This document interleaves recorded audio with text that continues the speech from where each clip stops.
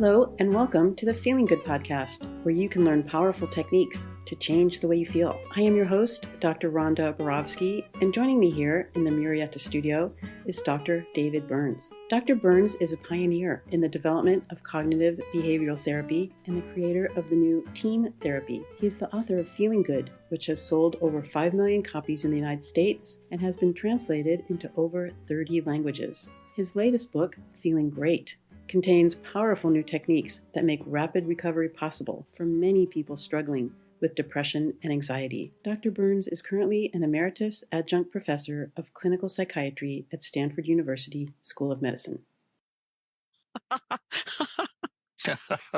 Hello, Rhonda. Hello, David, and welcome to our listeners from across the country and around the world. This is the Feeling Good podcast, episode 342. And again, we are honored to have Matt May with us. Oh, it's a pleasure and an honor to be here with you, Rhonda, and with you, David. Thanks for having me. Yeah, it's always a joy. It's one of the highlights of my life, being with you, Rhonda, in spite of the fact that you're kind of what are you, in spite of the fact that you don't matter, you sure are fun to hang out with. and Matt, you're one of my favorite people in the world too. And I'm so grateful when you come and join us for Shoot the Breeze on the podcast. Me too, and I'm really delighted that I don't matter either. And, yeah, can be in good company with Rhonda. Yeah. Coolio. Okay, let me read a really quick endorsement so we can then dive into the Outer Bully. Yeah. And this is from somebody who wrote us from Nairobi, Kenya. And she wrote, "Thank you so much, David Burns. I'm enjoying all the tools, the Feeling Great book, and your work is great. I'm from Nairobi, Kenya. I recommend the Feeling Great book to a minimum of 2 clients a week. And I've engaged one of the top bookstores in Nairobi to stock it. I want to thank you for all of your selflessness and your giving. May you truly be blessed." Thank you so much. And I hope Team CBT arrives in Nairobi, and I hope you can join Rhonda's Wednesday group or my Tuesday group at Stanford. And we have a lot of fun training each week, and it's just a joy to hear from you, and I want to wish you the very best. Yeah, cool. And it's cool that people in Nairobi, she's not our only listener in Nairobi. We have quite a few, actually. And so, David, you got an email. Well, I decided not to read that email, but okay. we might get into it later. But I want to change the focus a little bit. Last week we were talking about the inner bully. Like other people's words cannot upset us. Only your own thoughts can upset you. It's what you're telling yourself and what you believe. But sometimes we'll run into actual outer bullies, and there's so much violence increasing in the world. It appears that way to me, at any rate. And we all run into people who threaten us and put us down, or sometimes it's the horrible things with the little kids being bullied by stronger, bigger, older kids, and it's just infuriating, and sad. How much suffering humans inflict on each other. And my wife, who's the brains in our family, is not optimistic that the human race will survive because of our inherent aggression and lack of love and compassion that is so widespread. But there are some things you can do when confronted by violence, using the 5 secrets of effective communication. And we'll give a few examples today and bring some stories that may inspire you and bring our message to life. And so is that okay to frame today's show? Absolutely. I want to just say one word about something that's happening these days that didn't used to happen 20 years ago, and that's cyberbullying. So we have interpersonal bullying, and actually in person, and then we also have it in the Ethernet. Oh, right. So we've got a lot to talk about today. Yeah.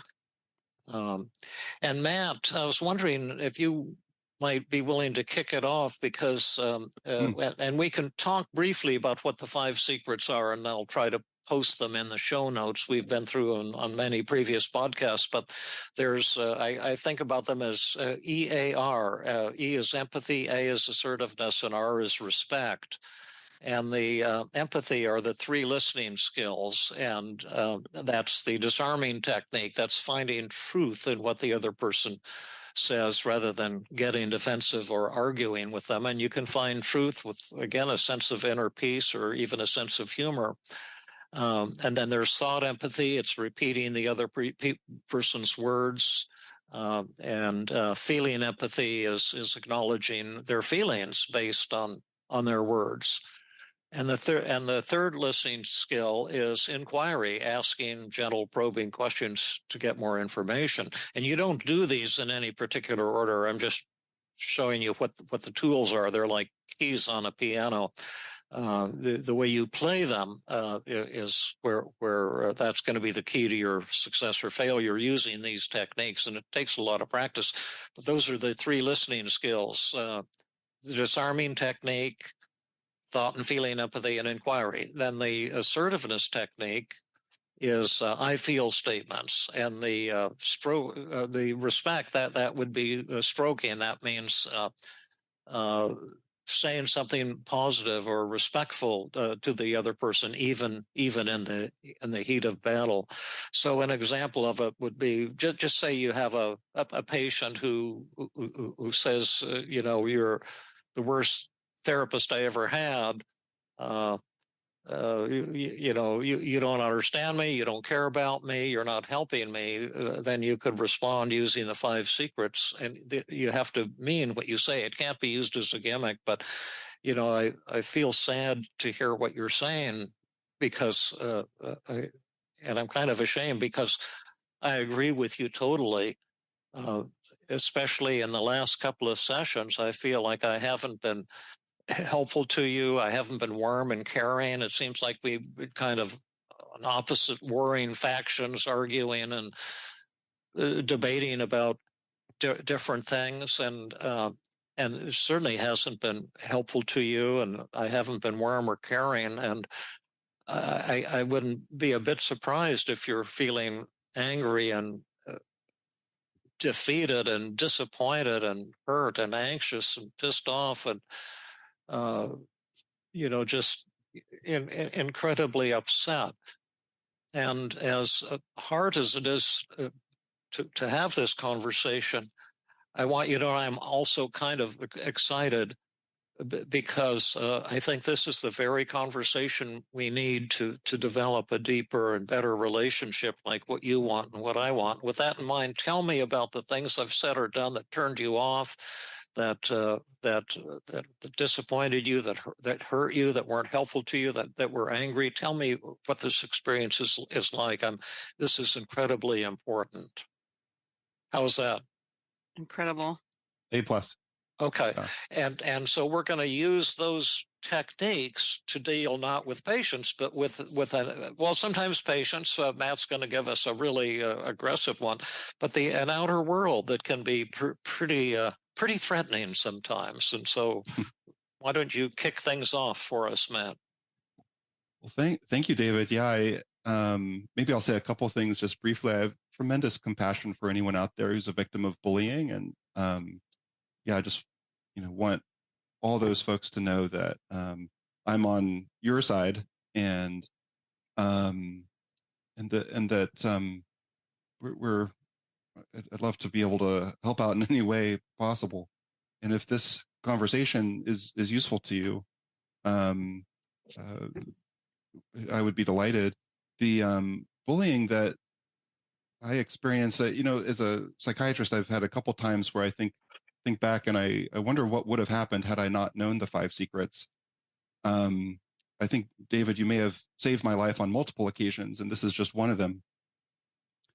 I was a resident at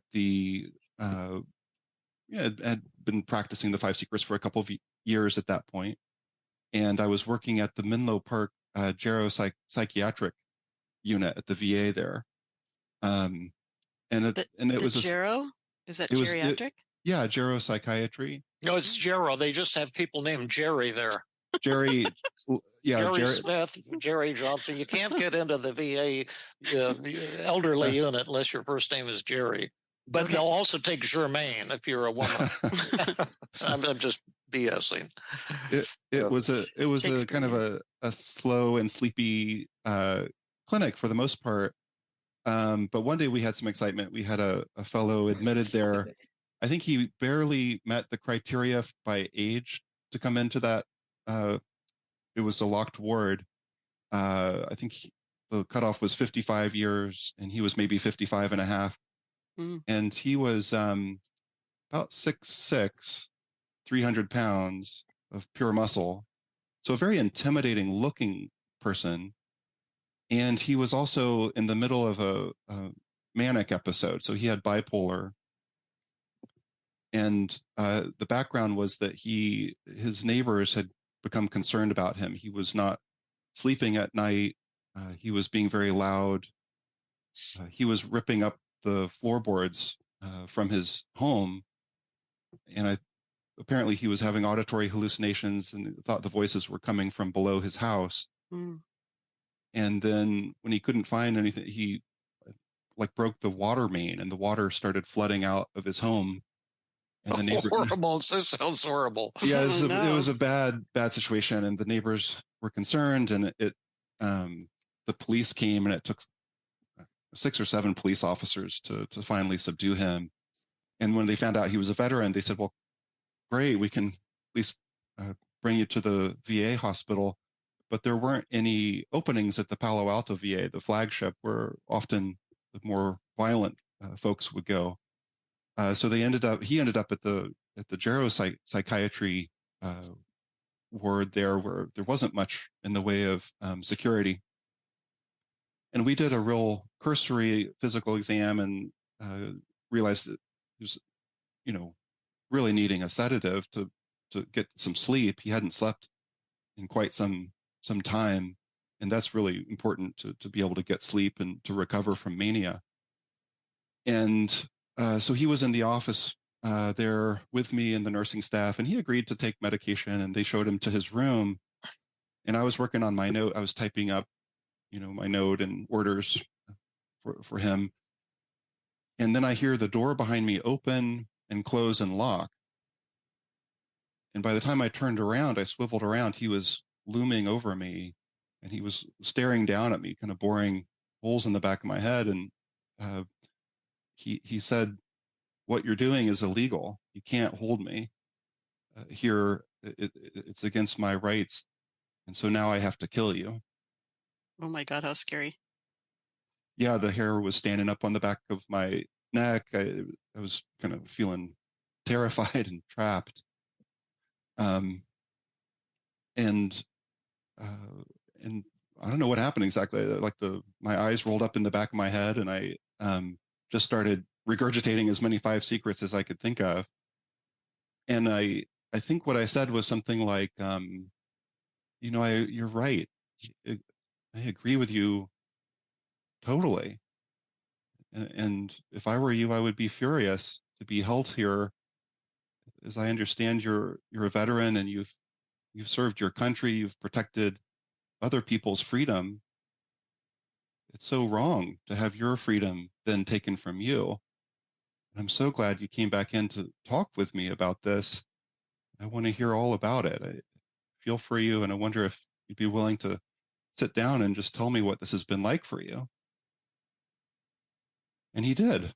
He sat down in the chair next to my desk, and I continued to just offer 5 secrets and listening, and he told me quite a bit. It was a kind of a rambling conversation. Again, he had mania, but I tried to keep up with him and try to understand what he was going through, what he was feeling, and his loneliness, his sadness, his embarrassment and his shame, and he was quite upset and needed someone to talk to.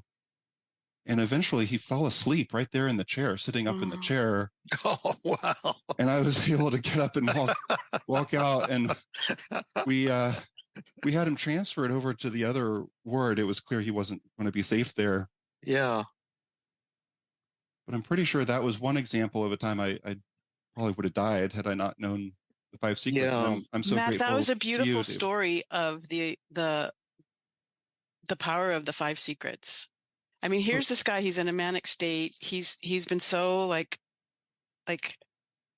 pushed. I mean, he's 6'6". He's 300 pounds. He's broke his water main. He's pulling he's all muscle. And, Right. you're in a room with him. You hear the door click, turn around. There he is. I'm going to kill you. I mean, the fact that you could get out of the fight or flight immediately and just go boom into the five secrets and tell him that you're right. I agree with you. And then that beautiful statement that you said, you're a veteran, you've protected other people's rights and their freedom. And you must be, I'd be furious too if I were you, because you don't have your freedom here. Tell me Right. what that's like for you. I mean, that was amazing. Oh, thank you, Rhonda. I'm in awe of you. Yeah, thank you. Thank you. Yeah, it was just amazing, Matt. Yeah. And we want to tell our listeners that this is like master level stuff, and we're just trying to show you what's possible. And if you want to use the five secrets, it takes a lot of practice, and you have to work on your own inner dialogue too, because you might not want to use these tools when you're mad at the other person. And so we're just showing you what can be done. You could think of Matt as a world famous pianist, and he just played the piano for you. And some of the rest of us are beginners, and it takes a while to learn how to do this.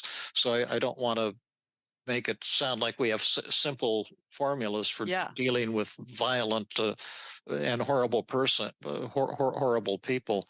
But that's a great one. Now I can add a story here. I have so many of them, but and I don't know which I've told on a recent podcast or not. We've, and Rhonda, you'd have a better memory, but there's the threatening teenagers in a Jeep who threatened me. There's the woman who was kidnapped by a violent serial rapist who the police predicted would kill his next victim. Have we done those recently? I don't think you've talked about the teenagers for a while. I'm not sure if you talked about that situation with the woman for a while, but I think the teenagers, it's been a longer time that you haven't talked about those. Should we not repeat it as? No, let's tell it. Well, and then let's see if we can make some points about this. But all of it, I want to emphasize, is you can't deal with the outer bully very well if you haven't worked through your own, inner peacefulness. I think, Matt, you were genuinely frightened, but you weren't telling yourself that you were worthless or something like that. Your fear was totally valid and appropriate.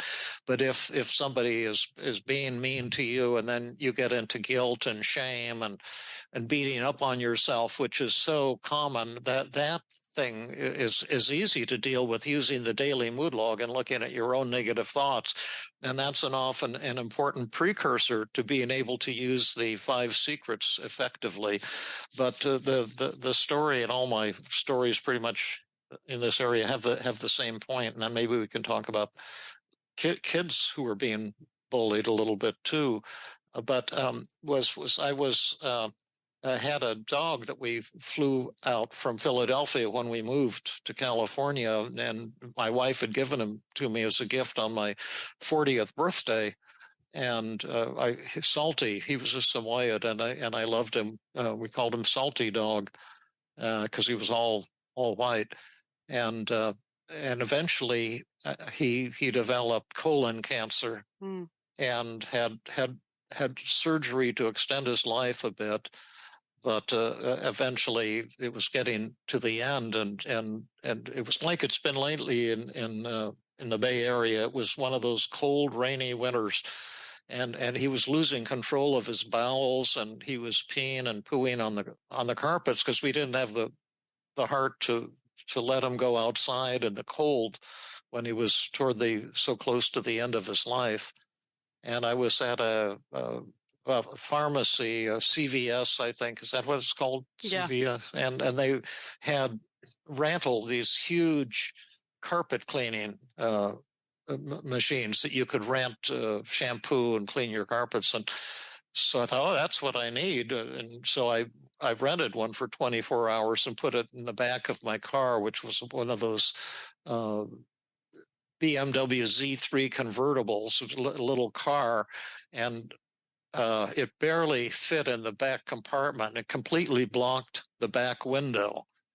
And as I was driving home, I came to a stop sign, and I was trying to adjust the side mirrors so I could see behind me, because I didn't realize there was a thing behind me, and I started hearing obscenities and people screaming at me, and then I turned and looked, and I saw this huge one of those Jeep type things that have huge tires and gun turrets at the top, kind of like some kind of real kind of hunting type aggressive vehicle. And so I pulled forward really fast and pulled over to the side of the road, and these teenagers went by flipping birds, and they threw a beer can at my car and screaming at me, get out of our way, you asshole, and worse, that type of thing.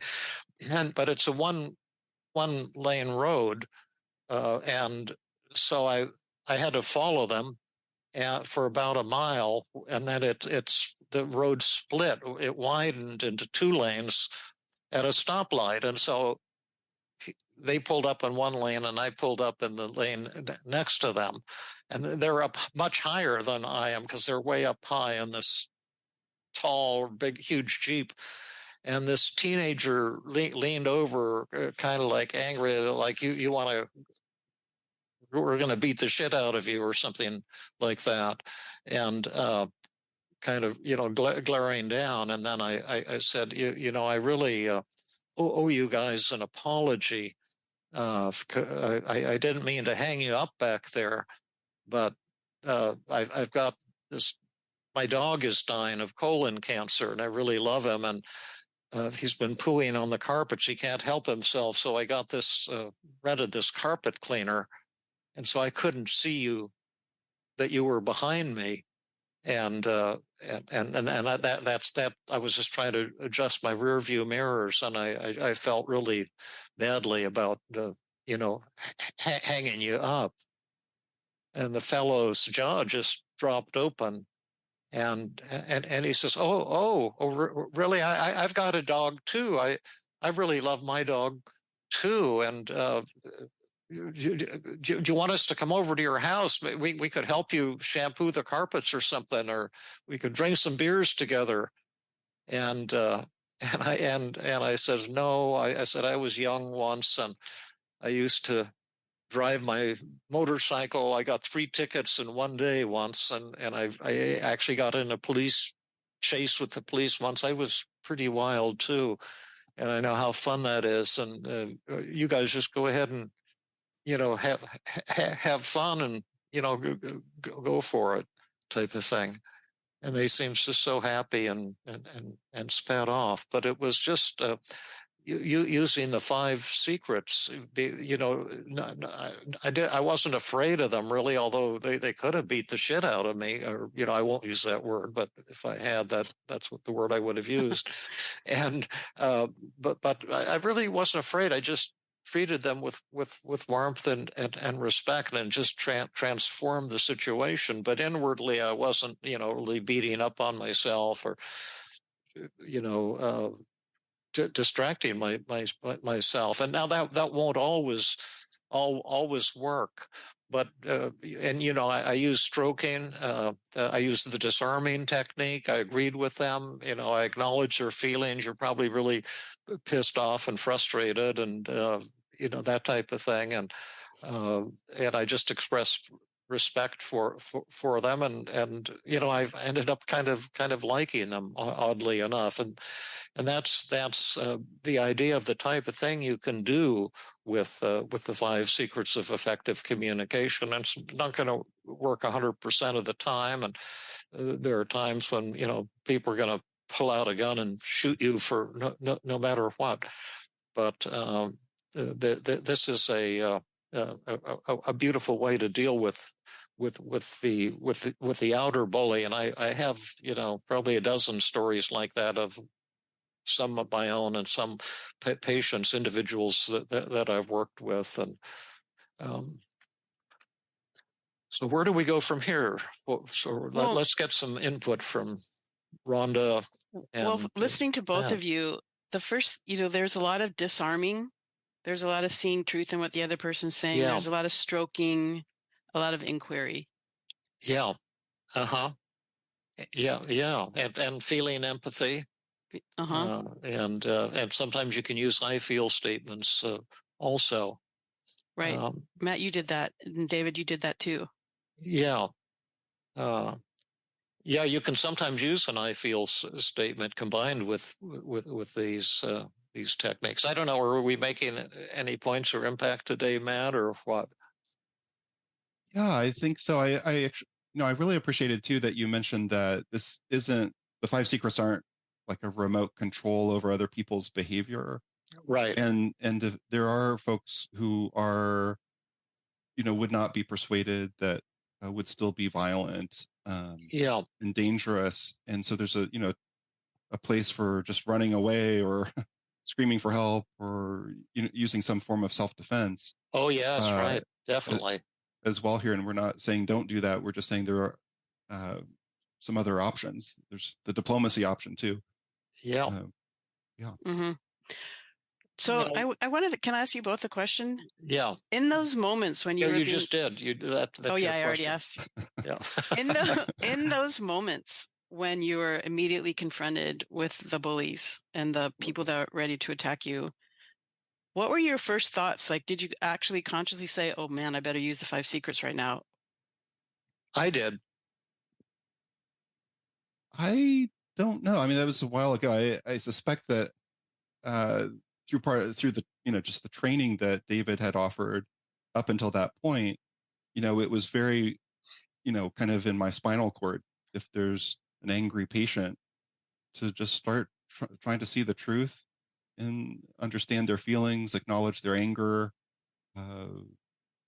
be admiring, and use kind of humble I feel statements. Yeah. I think I was just kind of trained to do that. I don't know if I had specific. Yeah, you had practiced so much then it was probably just came out automatically. Yeah, I was kind of deer in the headlights and my spinal cord took over. Yeah. Mm-hmm. Uh-huh. Yeah. Because it had become second nature for you. Yeah. Yeah. But people have intense resistance. They say some people come from the kick-ass mentality and say, I shouldn't have to be humble. I shouldn't have to compliment someone who's narcissistic and aggressive. I shouldn't have to use these techniques. How would you answer that, Matt or Rhonda? Everyone has intense resistance to using the 5 secrets of effective communication. And I have a whole list of, actually 36 reasons, 12 reasons not to listen, 12 reasons not to share your feelings openly, and 12 reasons not to express respect. So what would you say to someone, Matt? Just say that makes a lot of sense. Like you don't want to debase yourself or lower yourself, and you've got a sense of pride, and you don't want to have to acknowledge that other person, and that's fine with me, and I kind of admire you for that. You're tough and strong, and at the same time, I probably wouldn't know how to help you with certain like relationship problems if that were the case. But I'm not here to try to force anything on you. If you're not interested in that, maybe there's something else you'd want my help with. Yeah, exactly. I love that response. Now, can we venture into deep water here Sure. And try something less familiar, although we could stay on this theme and be in control the whole time because we've got so many fantastic stories on violence and how to deal with it. But should we read Guillermo's letter and see if we have any tips that might be helpful? Are you ready? Sure. You want me to read? Yeah. Okay. Hello, David Burns. Hello, Dr. Burns. I've seen some cases of bullying lately in schools. Would the 5 secrets help a kid who's being bullied in school? And then in parentheses, he writes, not physical bullying. I have a son who will be going to middle school next year, and I wonder about this. Right. And when it's not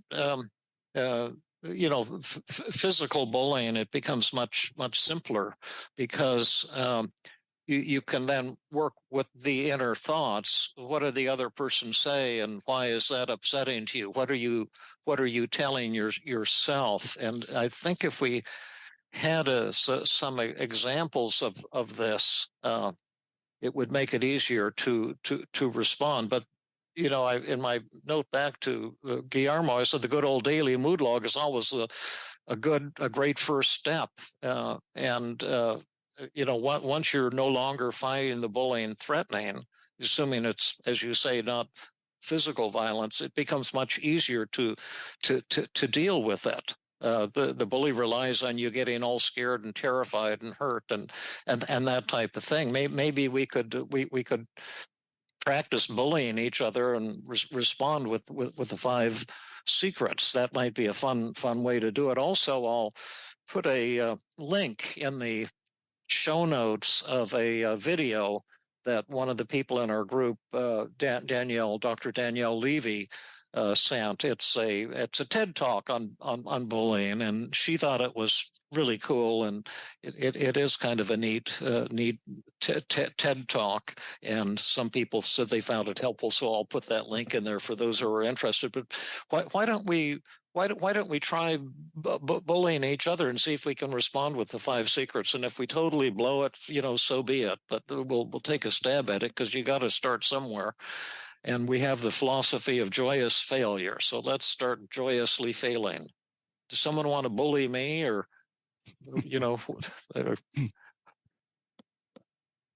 You owe me money. No, I don't think I do owe you any money, but I probably sounds like you're pissed off at me, and I have no idea that I'm sure that I must have let you down and pissed you off in some way. Can you tell me more about that? I think the world of you, and it sounds like you're awfully angry, and I have no doubt I must have done something that ticked you off. So tell me more about this. I really want to hear what you have to say. It's important. Oh, how's okay. that? That's good. Okay, why?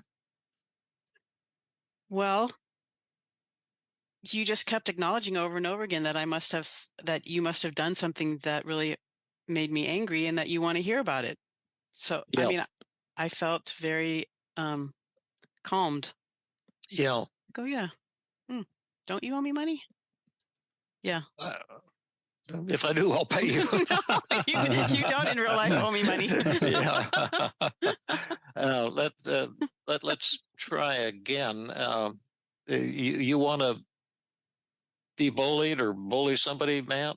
What's a bullying statement? Yeah, I'm trying to come up with a good one. So this is a non-physical.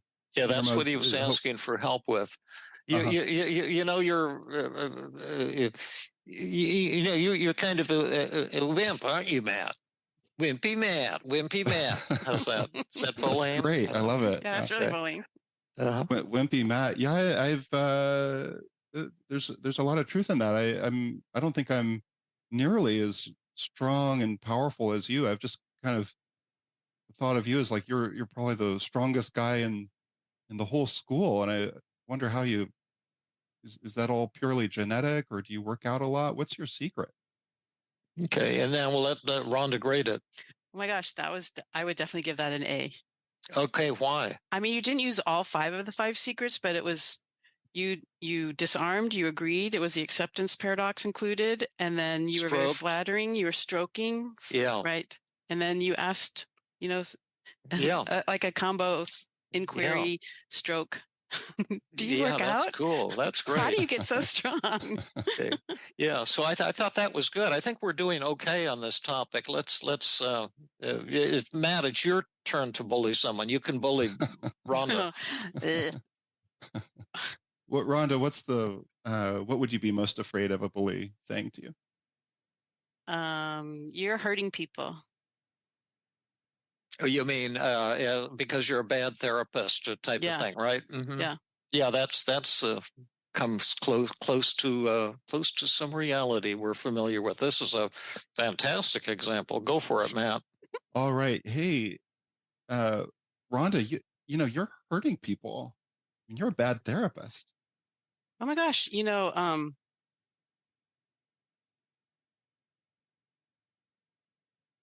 this is really hard to hear. And I can tell that something I have done has really upset you and made you angry. And maybe you're also feeling threatened. I'm wondering if that's how you're feeling. But I'd really like to know what it is that I've done that has made you feel so threatened and angry.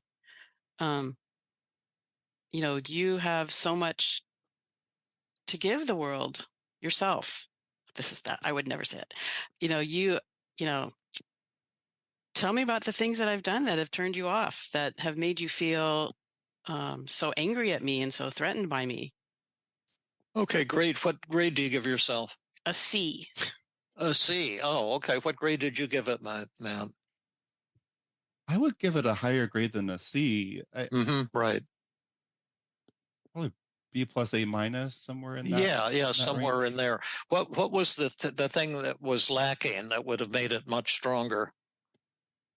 What is the one thing that always works? Anger. Disarming. Well, I didn't disarming disarm. and anger. And acknowledging. Did you, maybe, I don't know if you acknowledge, but the disarming. Let's try a role reversal.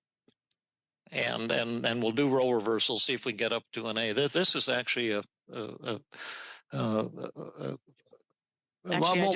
real than our listeners might suspect. Matt, what did you say exactly?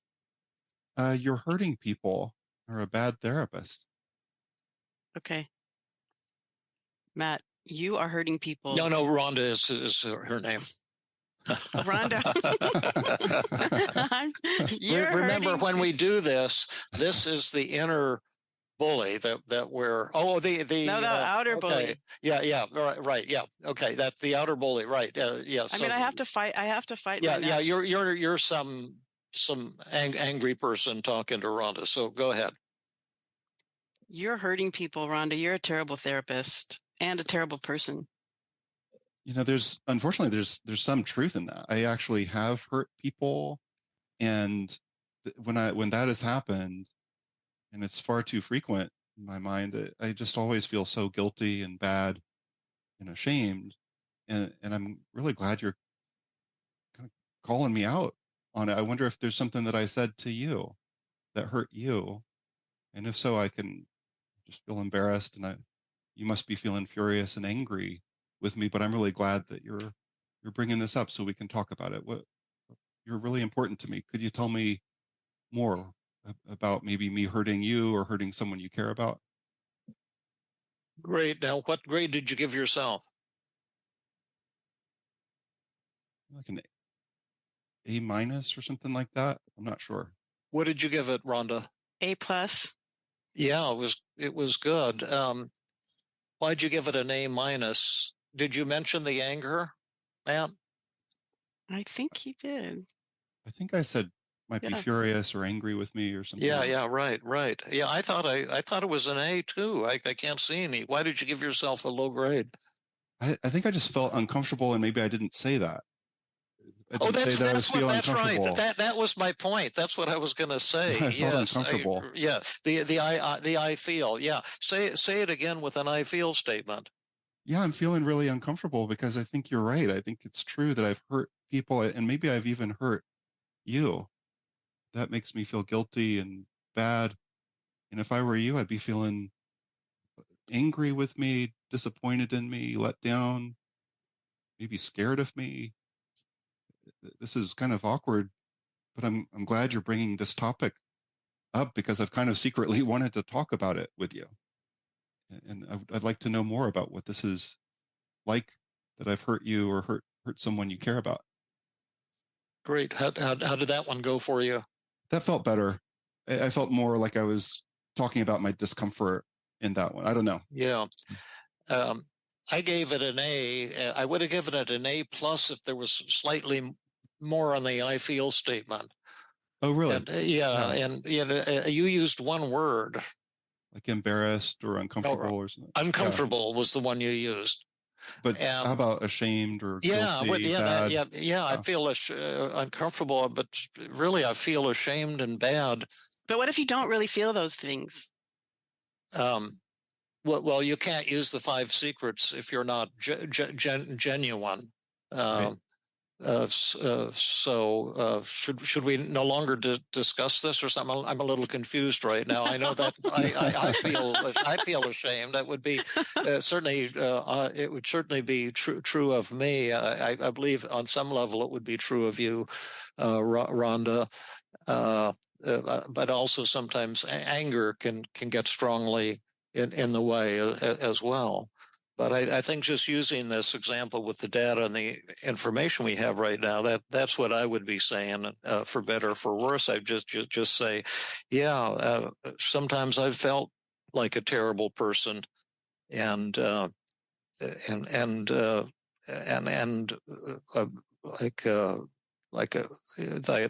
maybe I've been a bad therapist or hurt people.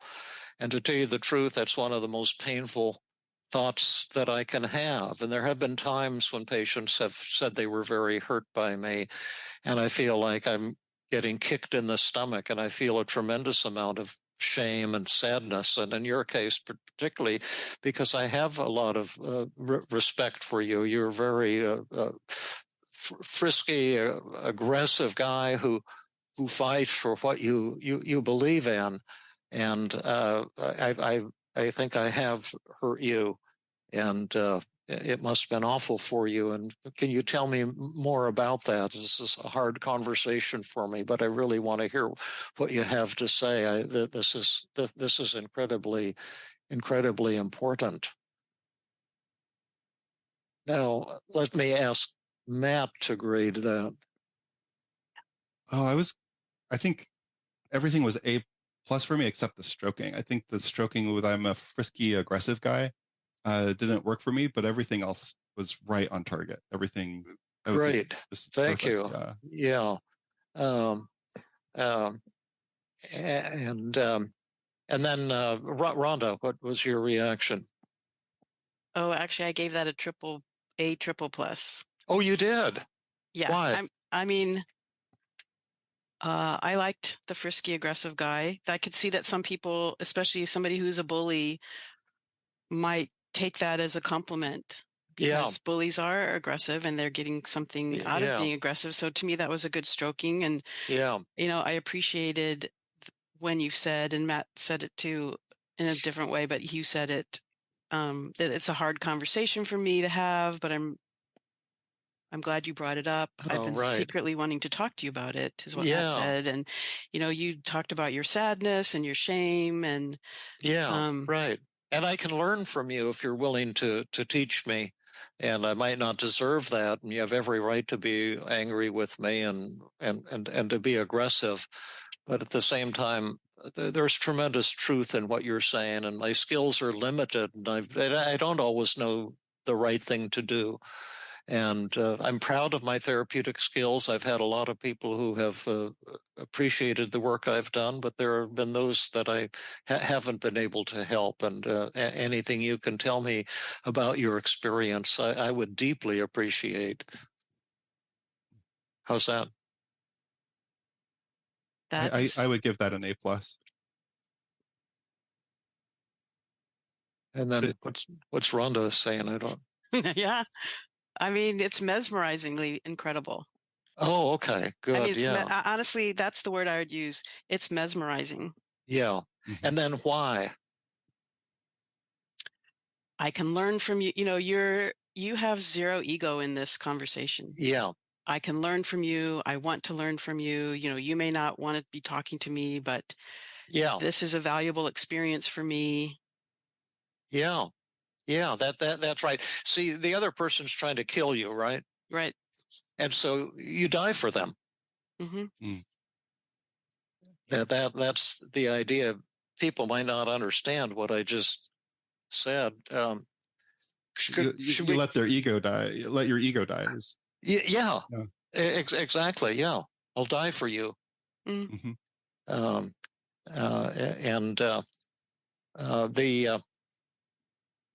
Maybe we could finish this episode. We just have a few minutes left, but maybe I probably shouldn't tell that serial killer one again. Well, now you have to.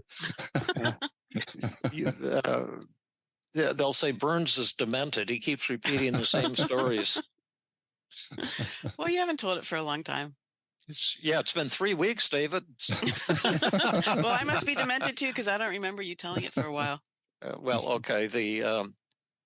It was just a woman attended my 5 Secrets workshop. I used to do these 2-day workshops around the country, and for quite a while I was doing one on relationship conflicts. It was called "And It's All Your Fault" was the name of the workshop. How we go about blaming other people and how that intensifies problems. And I taught the relationship journal and the 5 Secrets and stuff like that. And then she came back.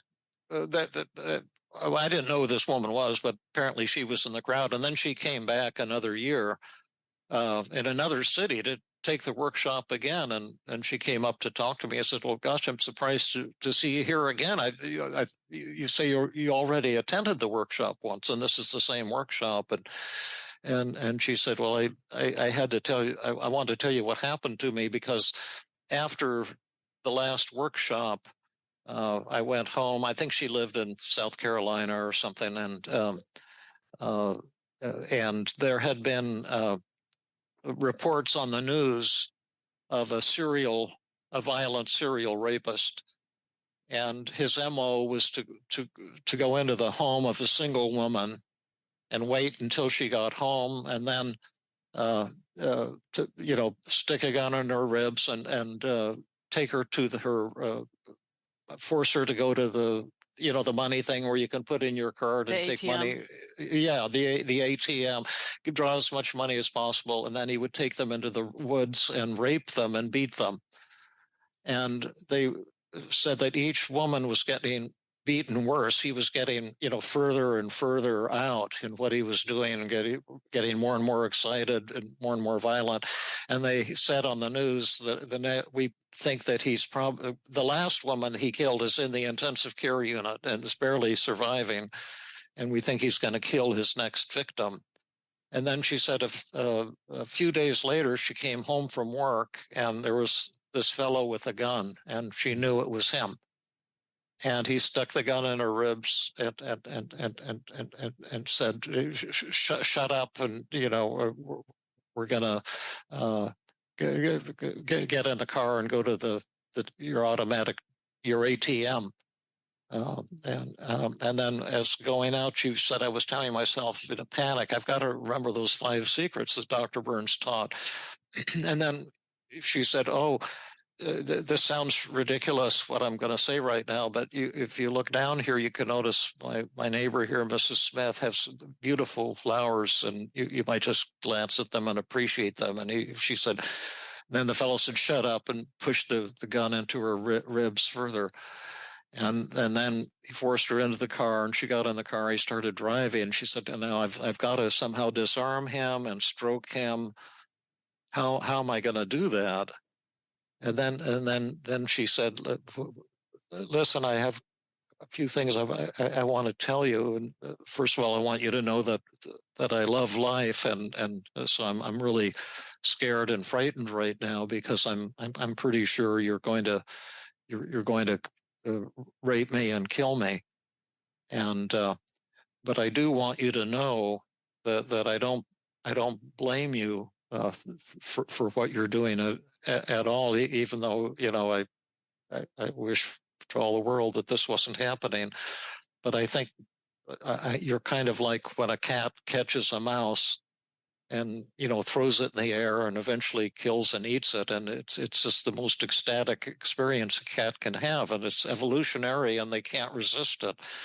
And I think for you, it's the same thing. The thing of raping and beating or killing a woman is probably like cocaine, probably the most exciting fantasy imaginable. And I realize you can't resist it. No human being could resist that kind of excitement. But at the same time, I've wondered sometimes, and this probably sounds ridiculous, but do you ever get lonely? Do you ever come down afterwards and feel any remorse or weirdness about your life and what's happening to you?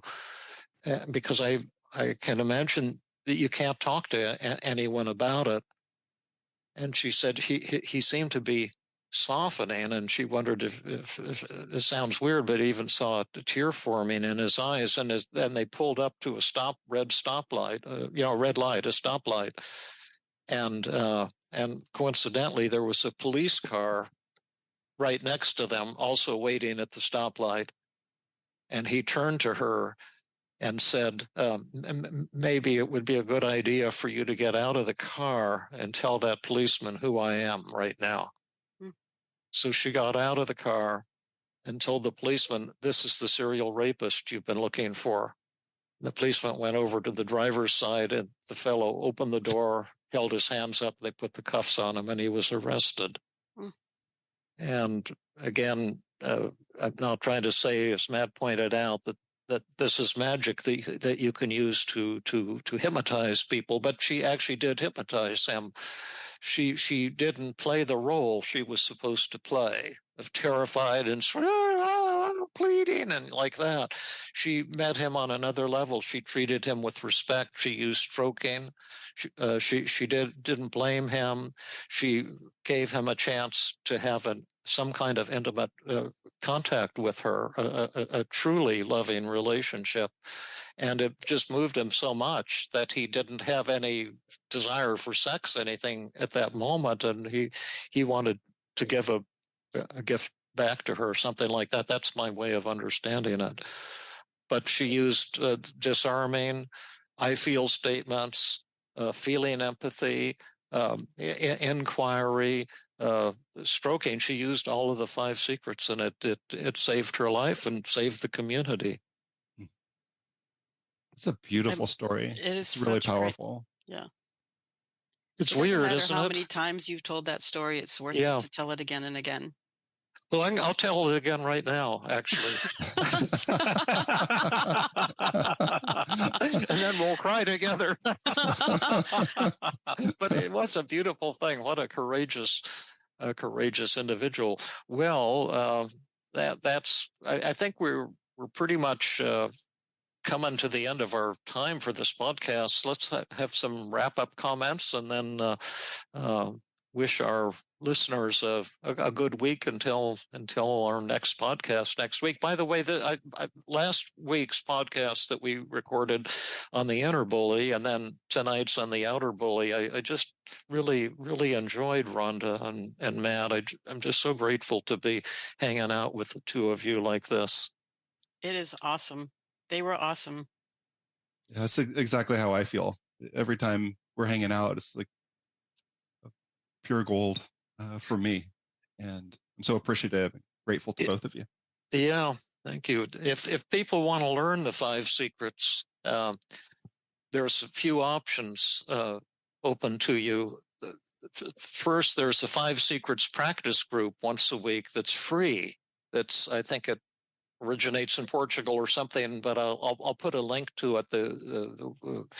A really cool woman started it, and they just had their first year anniversary, and there's a new leadership coming in. But I met with them once, and you might enjoy that. You can get my book, Feeling Good Together, which shows you exactly how to do the 5 secrets. And if you do the written exercises while you're reading it, you can learn a tremendous amount. There's a decision always that has to be made. It's not just learning something, but having the willingness to be humble and to learn these techniques. And then a lot of practice is required to get good at it. It's not easy, especially at first. And then if you're a therapist listening, I think, what is it, a third of our listeners are therapists, Rhonda? Yes.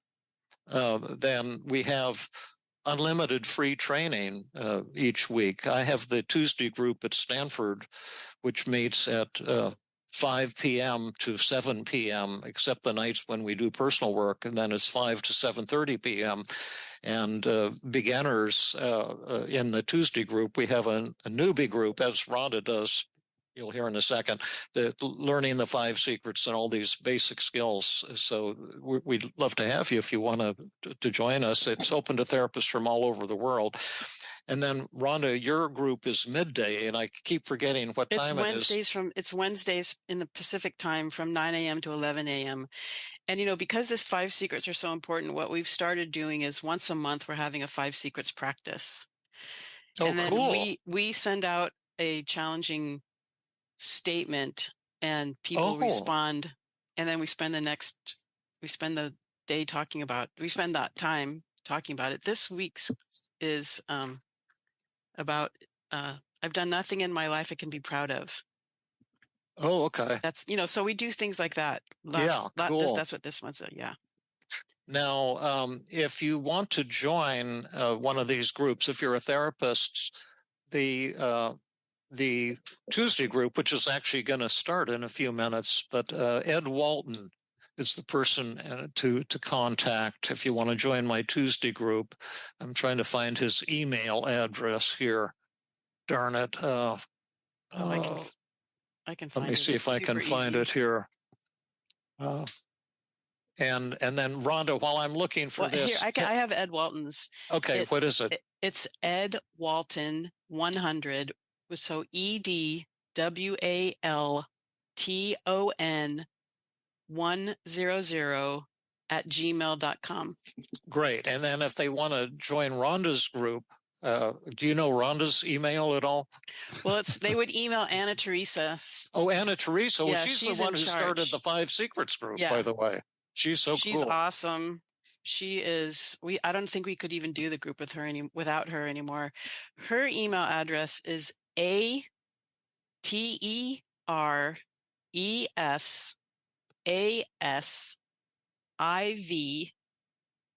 I'm sorry, ILVA6. It's A Teresa Silva, the number 6. A Teresa Silva, SILVA6 at gmail.com. And I'll put these in the show notes too. So we're not just leaving you, out to dry. We're giving you free training if you really want to master these techniques as a therapist, and some nice paths for you also if you're a general citizen wanting to get better at this type of thing. Well, thank you, everybody. Thank you, Matt. And thank you. Any other things, announcements, or anything that we need to do, Rhonda? No, not yet. All righty. But really, you guys are awesome and amazing. And your ability to connect with somebody emotionally on a feeling level is, I'd say that sometimes it just brings me to tears. It's such an incredible skill to have. I admire both of you. Well, thank you for those kind words. And I might say that I have been pretty lame at this when I was young, and I've worked at it hard. And so whatever skill I have was starting from about the 0 point. And so I think, Matt, you've always had a natural knack for this, but I've had to work at it really hard. I know Jill Levitt, who I teach with tonight at the Tuesday group, is a master also, and she worked her ass off to learn the five secrets and got really good at it. But did you have to work at it, Matt, or was it just easy for you? Absolutely. I was going to say any skill I have is because I had such a wonderful teacher. And thank you, Rhonda, and thank you, David, for all your generosity and all you've given.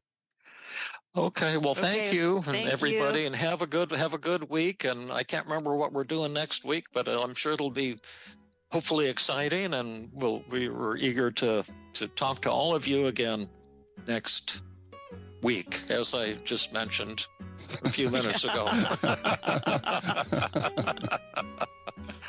Okay. Thank Bye. you so much. Okay. Bye. Bye-bye. This has been another episode of the Feeling Good podcast. For more information, visit Dr. Burns' website at feelinggood.com, where you will find the show notes under the podcast page. You will also find archives of previous episodes and many resources for therapists and non-therapists. We welcome your comments and questions. If you want to support the show, please share the podcast with people who might benefit from it. You could also go to iTunes and leave a 5-star rating. I am your host, Rhonda Borowski, the director of the Feeling Great Therapy Center. We hope you enjoyed this episode. I invite you to join us next time for another episode of the Feeling Good podcast.